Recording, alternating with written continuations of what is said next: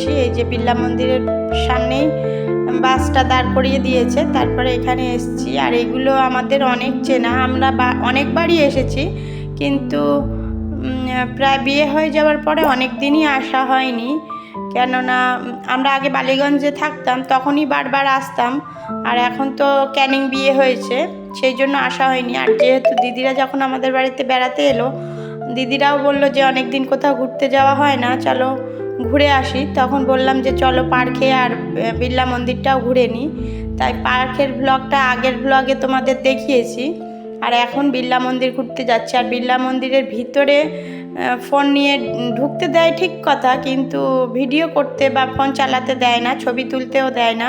সেই জন্য এই যেখানে ঢোকার পরে আমরা ফোনটা বন্ধ করে দিয়েছিলাম, ফোনটা অফ রাখতে বলেছিল ওরা, তাই জন্য ফোনটা অফ রেখেছিলাম। আর ভিতরে গিয়ে কিছু করতে পারিনি, তোমাদের সাথে দেখাতে পারিনি।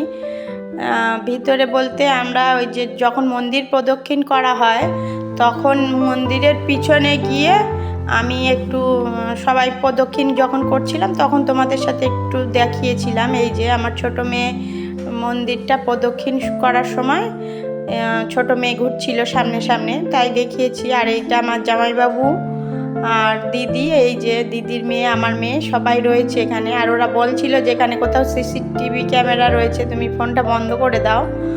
আর ওই জন্য আমি বন্ধ করে দিয়েছি। আর তোমাদের সাথে ভিতরের কিছু সিন দেখাতে পারিনি। আর এখন এই যে বাইরেতে কিছু ছবি টবি তুলে নেওয়ার পরে আমরা বাড়ি চলে যাব। আর আমাদের মন্দিরটা ঘোরা কমপ্লিট হয়ে গেছে। আর এই যে আমি, জামাইবাবু, দিদি সবাই একসঙ্গে ছবি তুললাম, যে যার মতন, ওরা ওদের মতন তুলেছিলাম, একসঙ্গে তুলেছিলাম। তোলার পরে আমাদের ঘোরা কমপ্লিট করে আমরা মন্দির থেকে বেরিয়ে এসেছিলাম। মন্দিরটা খুব সুন্দর ছিল। তোমরা কে কে গেছো বন্ধুরা কমেন্টে জানিও। বিড়লা মন্দির বালিগঞ্জে কে কে গেছো কমেন্টে জানিও। আর যদি কেউ না গিয়ে থাকো তাহলে একবার ঘুরে আসবে। খুব সুন্দর মন্দিরটা, দেখতে খুব ভালো লাগবে, পুরোটাই পাথর দিয়ে তৈরি।